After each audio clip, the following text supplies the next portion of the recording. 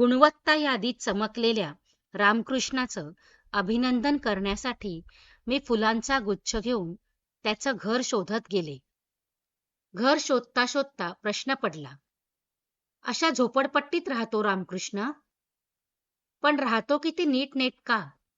त्याच्या व्यक्तिमत्वातील टापटिपीवरून त्याच्या घराचा बांधलेला अंदाज साफ कोसळला होता. गटारांची अनेक जाळी धडपडत ओलांडत एका फळकुटाच्या झोपडीजवळ गेले. इथंच तो राहतो म्हणून कोणीतरी सांगितलं. काळोखातून प्रकाश बाहेर यावा तसा सलील माझ्या आवाजानंच बाहेर आला. आत गेले. अभिनंदन गुच्छ देत म्हटलं.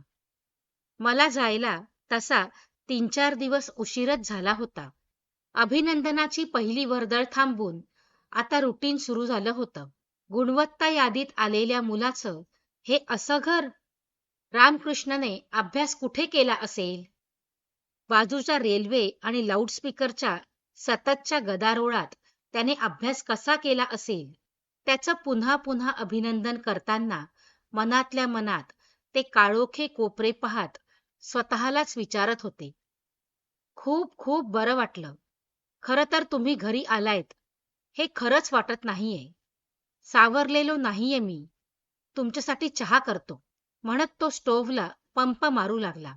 रामकृष्ण, राहू दे, आपण बाहेर घेऊ. तुम्ही काळजी करू नका, मी उत्तम चहा करतो. कोळसेवाडीत कॅन्टीन चालवतो, फक्त चहाचं.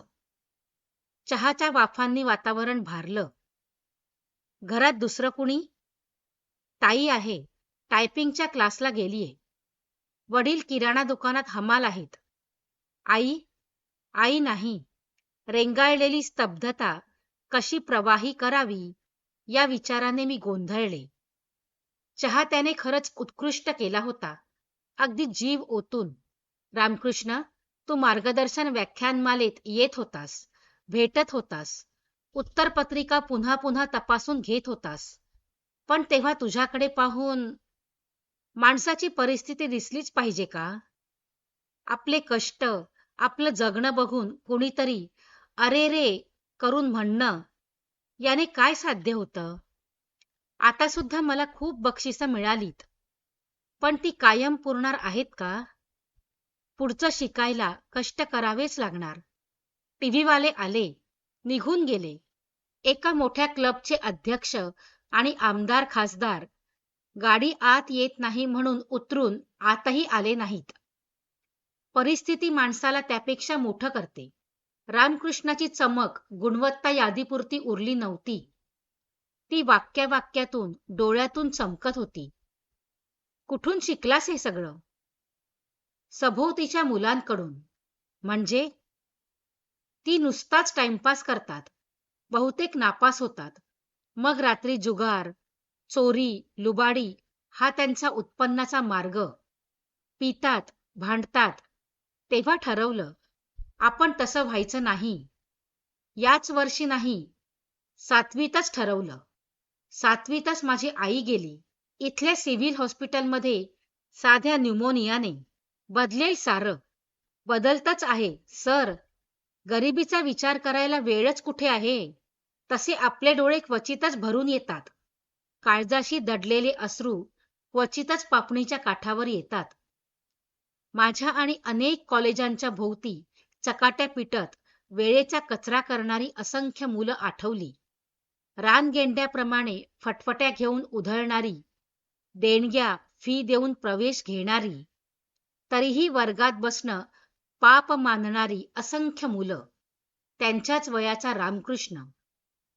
असेही अनेक चेहरे डोळ्यांपुढून झरकन तरळून गेले. रामकृष्ण, एकदा माझ्या वर्गात ये, मुलांशी गप्पा मारायला. एवढं मोठं करू नका मला. असे काबाड कष्ट करून शिकणारे माझ्यासारखे अनेक आहेत. मनातला वॉचमन जागा असला की कोणी सांगावं लागत नाही. आपण कुठल्या परिस्थितीत जगतो, आपले पालक रक्ताचं पाणी करून आपल्याला कसं शिकवतात याची आठवण सतत जागी असेल ना, तर शाळेच्या वर्गातल्या अभ्यासानंही मार्क्स मिळतात. क्लासेस बिसेसची चैन झोपाळू मुलांसाठी. रिक्षापर्यंत रामकृष्ण बरोबर आले. तिथेही बोलत राहिले बराच वेळ. बोलता बोलता तो चटकन बोलून गेला. भोवतीची मुलं पाहून केव्हा तरी मलाही थोडी झापड आल्यासारखं होतं.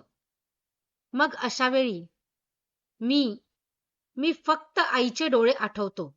आई राब राब राबायची ती, कागदाच्या पिशव्या करीत.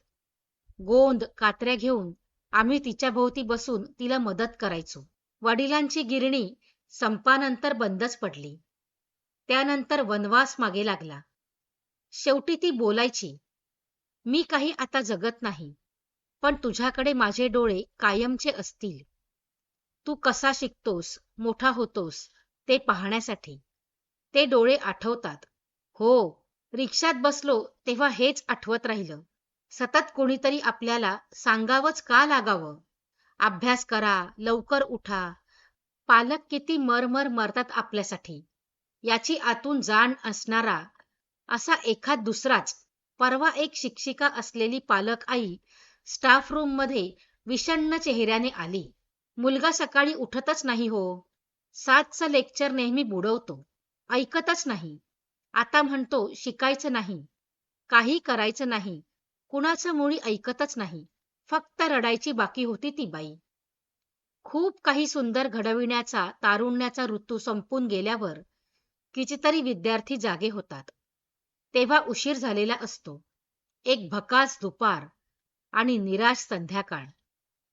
सकाळी उठण्यासाठी जबरदस्ती, कॉलेजला जाण्यासाठी जबरदस्ती, मग शिकण्यासाठी, परीक्षेसाठी, त्याआधी वर्गात हजर राहण्यासाठी जबरदस्ती. जबरदस्तीने कधी फूल उमलतं का? रोपानं स्वतःहूनच आतून ठरवलेलं असतं. विद्यार्थ्यानंही असं आतूनच ठरवायला हवं. आईचे, बाबांचे डोळे आठवण्यासाठी ते प्रत्यक्ष मरायलाच हवेत का?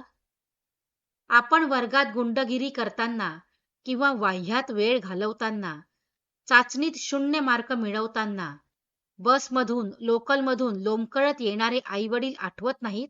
मुलांसाठीच पैसे जमा करायला सारखे वेगवेगळ्या ठिकाणी कंपनीच्या कामासाठी वाऱ्या करणारे थकलेले बाबा आठवत नाहीत?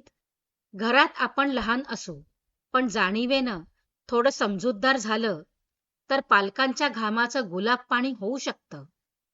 यशाची राईस प्लेट रेडीमेड मिळत नाही, हे आत्ताच कळायला हवं. यश शिजत ठेवावं लागतं, परिस्थितीच्या धगीनं. कधी महत्वाकांक्षेच्या इंधनानं आयुष्य उकळत ठेवावं लागतं, हे केव्हा कळणार? 40व्या वर्षी? SSCला फॉर्म भरायला पैसे नव्हते, ते रामकृष्णाकडे पाहताना आठवून गेलं. आईच्या हातातली शेवटची सोन्याची बांगडी गहाण टाकण्यासाठी, तीही कधीच न मिळण्यासाठी निघालेले माझे वडील आठवले. आई म्हणाली, ही शेवटची, पुढे काय? अजूनही घरातले ते क्षण आठवतायत. नातेवाईकांनी केलेली उपेक्षा आठवते. निष्कांचन आईला पुढे येऊ न देणारे नातेवाईक आठवले.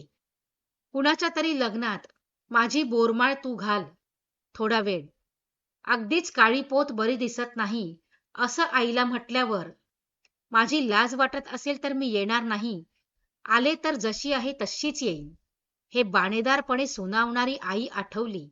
आणि नंतर ती म्हणाली होती, माझा दागिना बघायचा असेल तर माझा मुलगा पहा.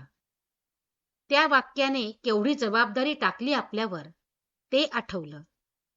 असे प्रसंगच झपाटून शिकणाऱ्या मुलांच्या आयुष्यात निरांजन होऊन येतात. दारिद्र्य माणसाला संपवू शकत नाही, पण आळस, उदासीनता, ध्येय शून्यता पार नेस्तनाबूत करते माणसाला.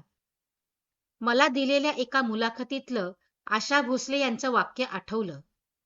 सुखी माणूस कधी कलावंत होऊच शकत नाही. खूप काही प्रेरणा देणारी ही रसरसलेली आयुष्य तेव्हाच घडतात, आकाराला येतात, जेव्हा जगाच्या पाठीवर आपण कुठेही असलो तरी आपल्याला आठवत असतात कष्टाळू. अपार विश्वासाने कर्तृत्व गाजविण्यासाठी जगात ज्यांनी आपल्याला पाठविलं आहे, असे आपल्यासाठी स्वप्न पाहणारे आईचे डोळे, आपल्या आईचे डोळे. मित्रांनो, कथा आवडली असेल तर व्हिडिओला लाईक करा, शेअर करा आणि कमेंटही करा.